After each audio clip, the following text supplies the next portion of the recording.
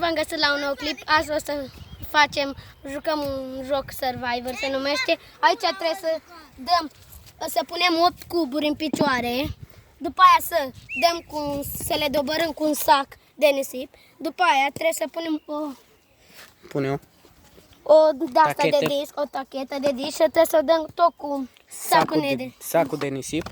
Și avem un sidiu și trebuie să-l dăm în cazanul ăsta.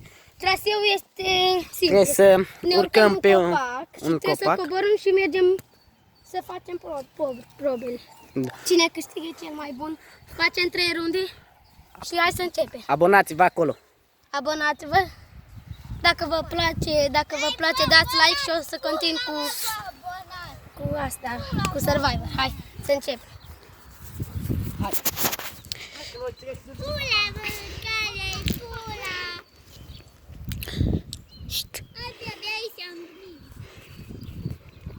Sunteți gata? 3! Sunteți gata?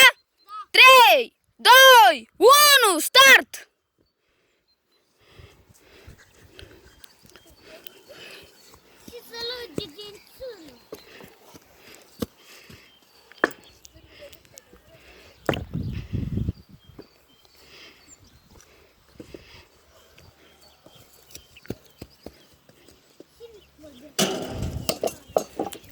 Răzvan a drămat aproape toate coloane. și Blându a drămat foarte bine. Răzvan mai are doar 2, în timp ce Blându are mai multe. Alex a mai rămas cu 3 și Răzvan cu 2. Urmează că și cândăm, da. Prea sus. Răzvan a mai rămas cu 1, în timp ce Blându, adică Alex, mai are 3.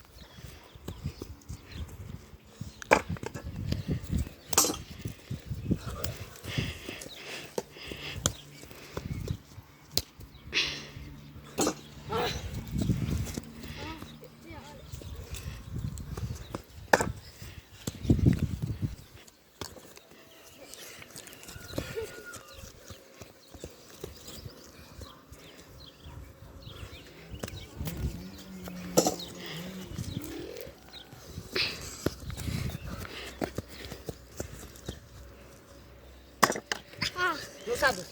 Trebuie să duc în jocul. Da.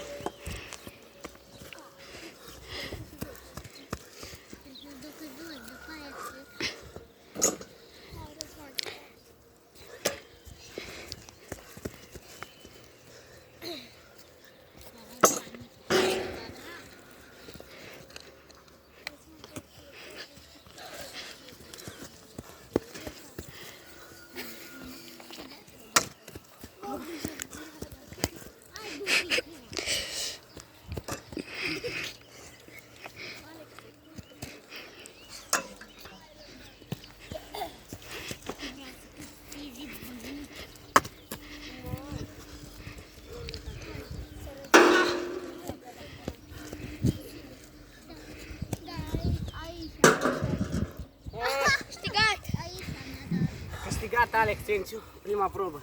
Asta așa vrem.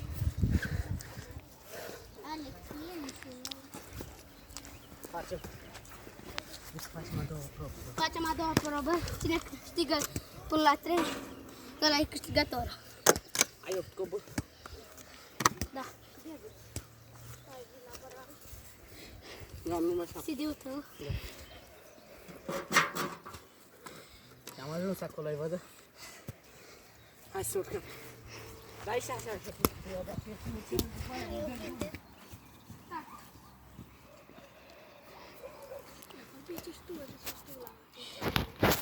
Sunteți gata?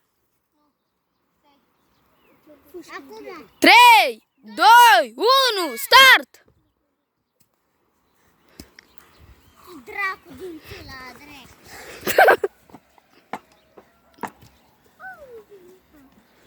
Alex le așează foarte repede, dar nici Răzvan nu pierde timpul.